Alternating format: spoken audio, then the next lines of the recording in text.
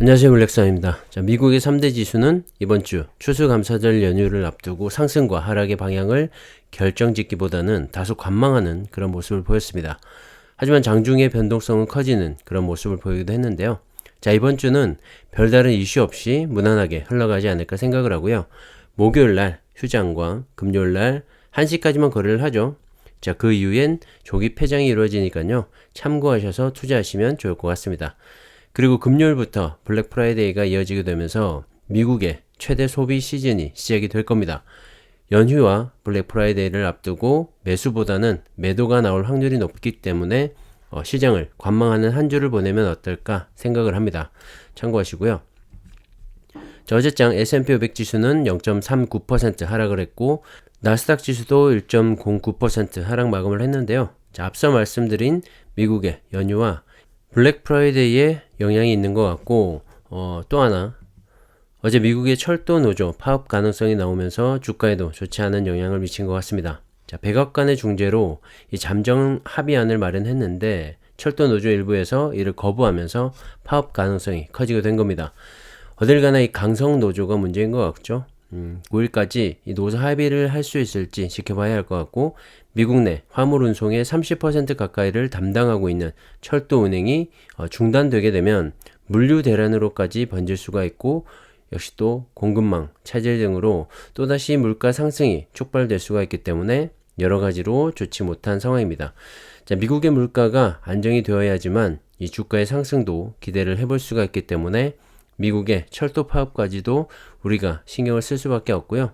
아무쪼록 잘 해결이 되길 바라봅니다. 자, 중국은 코로나 때문에 아직까지 심각한 그런 상황인 것 같습니다.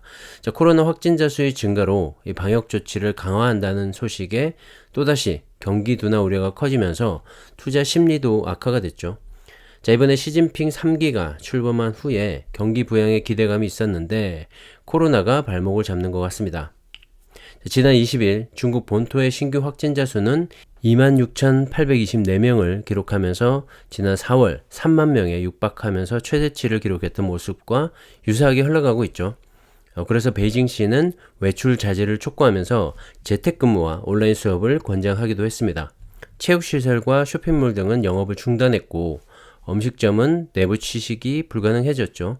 거기에다가 허베이성 성도인 스저장은 25일까지 도심 6개 구에 대해 사실상 봉쇄 조치를 단행했고 후베이성의 우한도 닷새 동안 도심 5개 지역을 봉쇄하기도 했습니다. 자, 그 외에도 광저우와 한청시, 하얼빈시 등 중국 곳곳에서 봉쇄령이 내려지고 있는 상황이기 때문에 중국의 경제 상황이 더 악화될 우려가 커지고 있고 그에 따라서 중국 기업이나 중국에 대한 투자 심리도 위축이 될 수밖에 없는 그런 상황입니다. 자, 최근에 소폭 반등을 보이던 이 중국의 증시가 힘을 쓰지 못하고 있는 이유이기도 하고요. 자, 옥스퍼드 이코노믹스에서는 중국은 아직 개방할 준비가 되어 있지 않다면서 내년 하반기에나 제로 코로나 정책에서 벗어날 수 있을 것이라고 전망을 하기도 했습니다. 자, 중국 봉쇄 강화 조치는 최근에 전 세계적인 경제 회복에 있어서 걸림돌이 될 수밖에 없죠.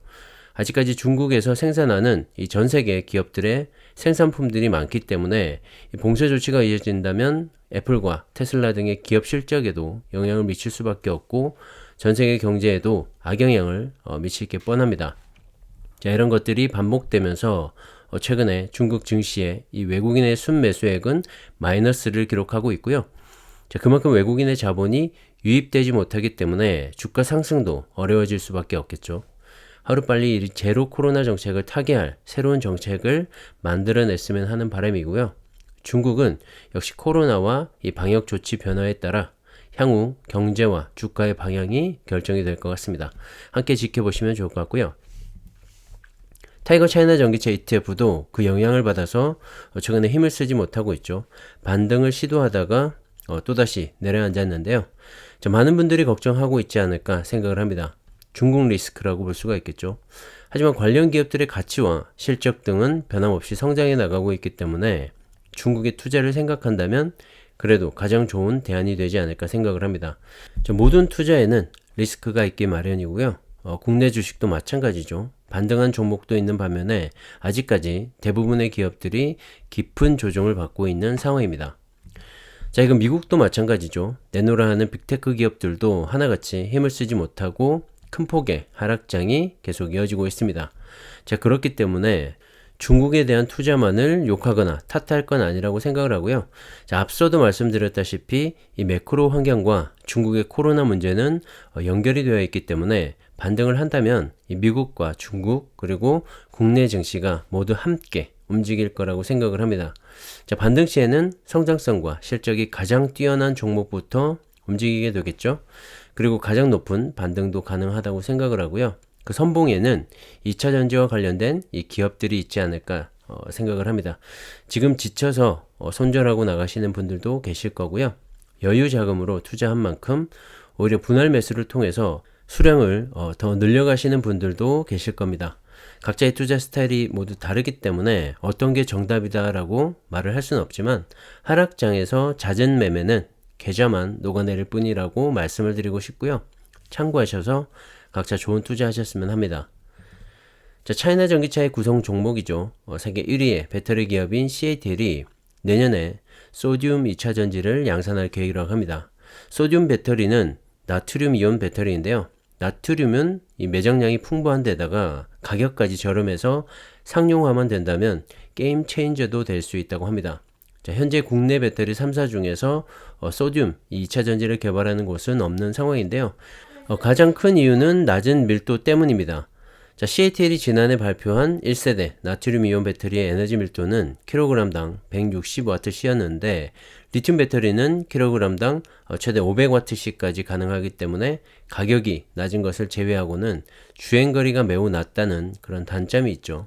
하지만 최근에 이 원자재 가격 폭등과 일부 광물들의 낮은 매장량 등을 고려한다면 지금부터 이 소듐 2차 전지에 대한 개발과 준비가 필요하다는 분석도 있습니다. 자, 한마디로 아직까지는 리튬 배터리를 대체할 만큼 기술 개발이 안 되었다는 말인데 배터리 시장이 계속 커지고 있는 상황에서 장기적인 배터리 플랜의 관점에서 본다면 확실히 중국이 한국보다 더 많은 준비를 하고 있다는 그런 생각도 듭니다. 기대해 볼 만할 것 같고요. 자, 중국 전기차와 배터리를 동시에 생산하고 있는 비아디의 성장세 또한 매서운데요. 자, CATL을 위협하는 가장 강력한 대항마죠. 자, 글로벌 전기차용 배터리 시장에서도 LG 에너지 솔루션에 이은 3위 자리까지 올라왔고요. 전년 동기 대비 177%나 성장을 한 수치죠. 전기차 판매 또한 중국에서 거의 독점적인 위치를 차지하고 있는데요. 지난 10월 전년 동기 대비 169% 증가한 21만 7,900대를 판매해서 테슬라의 판매량을 넘어서기도 했고 말이죠. 자, 배터리의 생산과 전기차의 판매까지 원가 절감을 통한 강력한 경쟁력을 바탕으로 글로벌 시장에서 또 어떠한 모습을 보여줄 수 있을지에 따라서 비아디의 방향성이 결정이 되지 않을까 생각을 합니다. 역시 눈여겨봐야 할 것 같고요.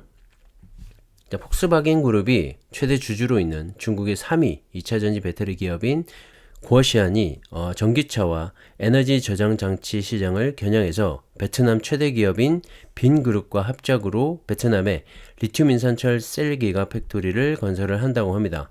3,700억 원을 투자해서 LFP 배터리 5GW시의 연산 능력을 갖추게 되는데요.